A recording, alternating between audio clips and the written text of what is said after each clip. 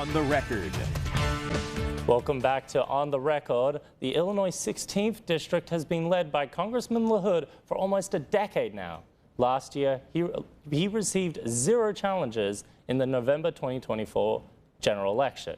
But now he's got a Democratic opponent, 2 actually. We have one of them, Paul Nolly, in the studio.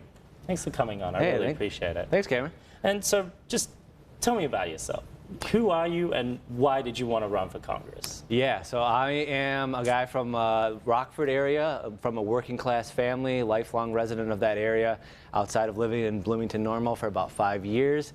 I've built a career in faith-based and community organizations, helping low-income and working class families. And now I'm trying my first run for elected office as a citizen candidate, as a regular working guy.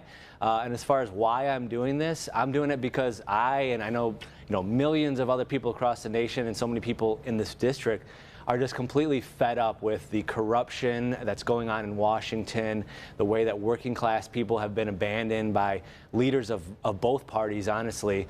And I think the incumbent is a representative of all of those problems that we have. He's never had a real challenger. He takes the seat for granted. And honestly, I think he's afraid of his constituents. So I'm trying to do this, do it for the right reasons, be a regular person who's going to be a real representative, authentic, honest with people. And we'll see how it goes.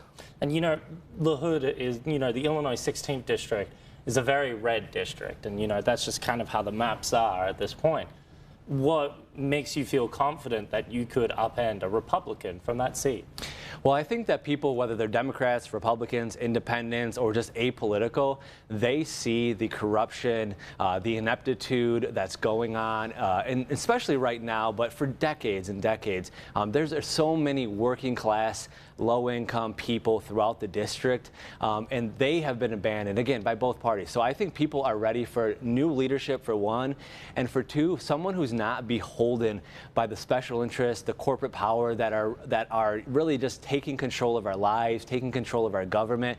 And the incumbent, LaHood, he is funded by all those people. So I'm going to appeal to them at that level. I'm a normal guy from a normal family. I'm not from a political dynasty, from the political machine. And I think people are ready for that type of leadership. And speaking of, one of the biggest stories this week has really been the Texas Democrats. They upended, they left to stop that special session that would have changed the map that they say would have given roughly 5 seats to Republicans. At least that's what's being said. Mm-hmm.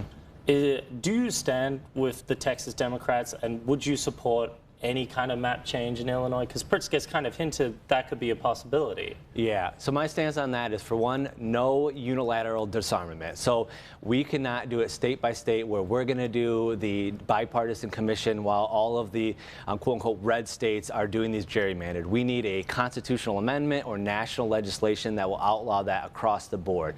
We cannot have these powerful special interests controlling the districting while we're trying to take the high road, so to speak. So I support national level legislation and changes, but I don't think, as Illinois or other states that are controlled by Democrats, we can unilaterally disarm in that way. And one of the biggest issues currently for people at the federal level is the Israel-Gaza conflict, especially as the humanitarian crisis in Gaza continues to go forward. If you were a congressman right now, what would you do to try and stop all this from happening?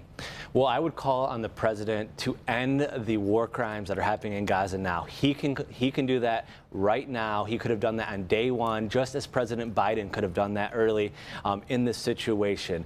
They are causing famine-like conditions, starvation. The IDF is shooting at people who are trying to get food. So the president and people in Congress, they need to stand up and say, these are war crimes. What's happening now is unjustified, and we are facilitating it through our billions and billions of dollars through arms sales and all the funding that we do to Israel.